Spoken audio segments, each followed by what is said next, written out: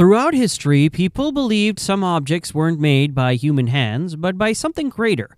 Swords that chose their masters, stones that glowed under moonlight, mirrors that whispered the future. These weren't stories told around fires. There were records of power that toppled kings and built empires. Today, we're uncovering every legendary object ever believed to hold supernatural power and the strange stories of those who dared to touch them. The Ark of the Covenant. Few relics in human history carry a reputation like the Ark of the Covenant. According to Scripture, it was more than a crest of gold. It was a throne for God's presence itself. Inside lay the stone tablets of the Ten Commandments, but legend says the Ark also held something far more dangerous: divine power. It was said to unleash fire, strike down armies, and punish anyone deemed unworthy. The Israelites carried it into battle, believing no force on earth could defeat them, while it led the way. But after the construction of Solomon's temple, the Ark vanished. Some say it was hidden beneath the ruins of Jerusalem before the Babylonian invasion. Others swear it was smuggled into Ethiopia, guarded for centuries by priests who claimed to have seen it glow. No one alive has ever confirmed its existence, yet millions still believe it's out there, waiting. Because if the Ark truly contained God's power, then whoever finds it wouldn't just uncover a relic. They'd hold a weapon of heaven. And for one Roman soldier, that promise of divine power came in the form of a single spear. The Spear of Destiny, the Holy Lance.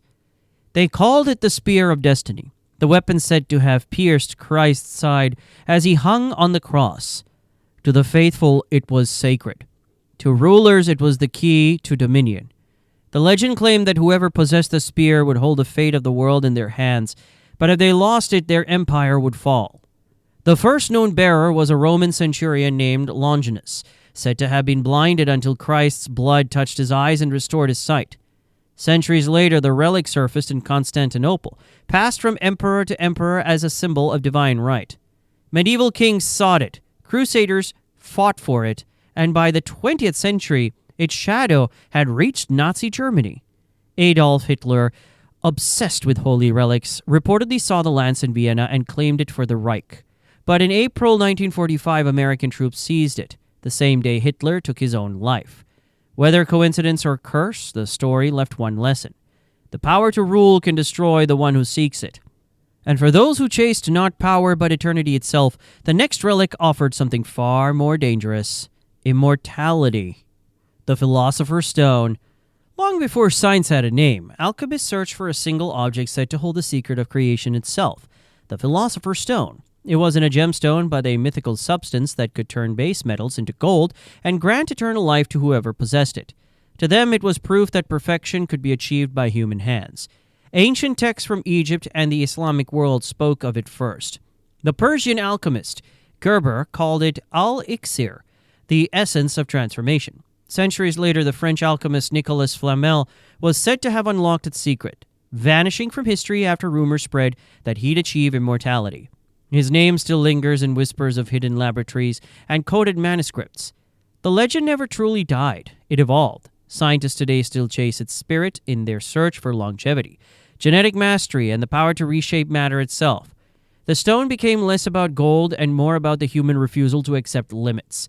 But while the West dreamed of immortality, the East spoke of a stone that granted something even rarer: enlightenment. The Cintamani Stone. In the East, legends tell of a jewel that fell from the heavens, a radiant stone said to grant the purest wishes of the heart. Known in Buddhist and Hindu traditions as the Cintamani, it was believed to glow with its own light and guide those who sought truth, not power. Ancient texts describe it as the treasure of the bodhisattvas, who carried it to bring peace wherever they went. Some said it fell from the forehead of a cosmic dragon. Others claimed it came from the heart of a fallen star. In Tibetan lore, it's linked to Shambhala, a hidden kingdom of perfect wisdom where the stone rests until the world is ready for it again. Over the centuries, explorers from Mongolia to India have searched for it, blending faith with mystery. Modern theories even connect the Cintamani to meteorites or extraterrestrial relics, hinting that its light might not have been metaphor at all. But not every artifact brought hope. Some promised power through darkness, and one relic, carved from death itself, gave thieves control over the living. The Hand of Glory. In the folklore of medieval Europe, few objects inspired more dread than the Hand of Glory. It was said to be made from the severed hand of a condemned man, dried and preserved through grim rituals, then fitted with a candle molded from the same body's fat. When lit, it supposedly froze everyone nearby in an unnatural sleep while unlocking any door it touched. Thieves and sorcerers treated it as the ultimate tool of power, one that blurred the line between superstition and cruelty. Court records from France and England describe men tried for owning such hands, their crimes wrapped in whispers of necromancy. Even as the Enlightenment dawned, belief in the hand's power lingered. Today, a few specimens survive in museums, twisted, leathery relics sealed behind glass. Whether they ever worked or not no longer matters. The fear they inspired was real enough to shape law, legend, and imagination for centuries. And in another age, fear gave way to obsession, when a single mirror became the window through which one man claimed to see the future. The Mirror of Nostradamus. Michel de Nostradamus, known to history as Nostradamus, claimed that his visions of the future came from more than dreams. In his private writings, he described using a black mirror and a bowl of darkened water to summon images from beyond time itself. He would gaze for hours until faces, wars, and disasters appeared, the same visions that would make him the most famous prophet of the Renaissance. Centuries later, a strange mirror matching his descriptions was reportedly discovered in a Paris vault, a dark obsidian surface framed in tarnished silver. Some called it his original scrying glass, others dismissed it as confidence. Yet the artifact drew crowds, each person daring to look and half expecting to see their own fate staring back. Even now, mirrors remain central in occult rituals. Gateways, some say, to what lies unseen. Whether Nostradamus truly glimpsed the future or simply reflected humanity's fears is a question that still divides believers and skeptics alike. And not long after his time, another relic surfaced, one forged for conquest, said to have been handed to a warlord by the god of war himself, the Sword of Attila. That's the Sword of Mars. In the 5th century, a shepherd in the Hungarian plains was said to have stumbled upon a blade buried in the earth, one so flawless that he believed it could only belong to the gods. When he brought it to his ruler, Attila the Hun, the warlord declared it the Sword of Mars, a divine sign that he was destined to rule the world. With the weapon at his side, Attila unleashed a wave of conquest that terrified the Roman Empire. His followers believed every victory proved the sword's power. Whenever Attila rode, entire cities surrendered rather than faced him. Convinced resistance meant divine punishment. Chronicles from the time claimed the sword glowed before battle, as if feeding on blood and fire. After Attila's death, the weapon vanished. Some say it was buried with him beneath a riverbed to keep it from mortal hands. Others believed it resurfaced centuries later in Vienna, traded between emperors who swore it carried the spirit of conquest itself. History never confirmed its fate, but the idea of a weapon that grants unstoppable power would echo for millennia, taking new shape in the story of a ring that could make any man invisible. The Ring of Gyges. In one of the oldest moral stories ever told, the philosopher Plato wrote about a shepherd named Gyges who found a golden ring buried in the earth. When he slipped it onto his finger, he discovered it could make him invisible.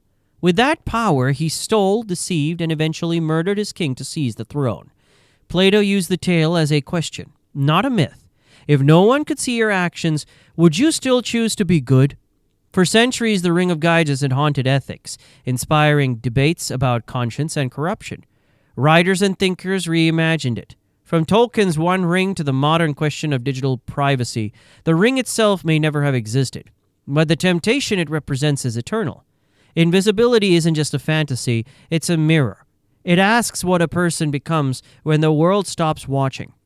And while the story remained a parable, centuries later, another object would test humanity's fear in the real world.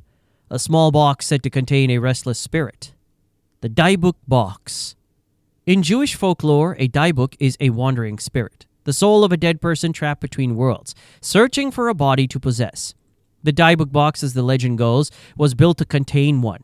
The most famous story began in the early 2000s when an antique wine cabinet surfaced at an estate sale in Oregon. Its buyer soon reported terrifying events: cold drafts, nightmares, flickering lights, and strange voices. Each new owner claimed the same, that the box brought sickness, misfortune, and a creeping sense of dread. When it was finally opened, the contents were bizarre. Locks of hair, old coins, a candle holder, and a small engraved stone. Nothing inherently evil, yet every person who handled it insisted the air around it felt alive. The box's notoriety exploded online, inspiring films, investigations, and museum displays. Skeptics call it an elaborate hoax. Believers swear it's proof that grief and guilt can anchor spirits to the physical world. Whether cursed or not, the Diebuch box reminds us that the line between superstition and faith often depends on what you've lost. And among all objects tied to fate and tragedy, one gemstone stands above the rest. A diamond so beautiful, it ruined everyone who tried to own it. The Cursed Hope Diamond. It's one of the most beautiful gems ever cut, and one of the most feared. The Hope Diamond, a rare blue jewel of nearly 46 carats, has passed through centuries of owners whose lives seemed to end in ruin. Its deep blue glow made it legendary. Its curse made it unforgettable. The diamond was first mined in India, said to have been stolen from a temple idol. The thief, according to legend, met a violent fate soon after. When the gem reached Europe, it passed through the hands of French nobility.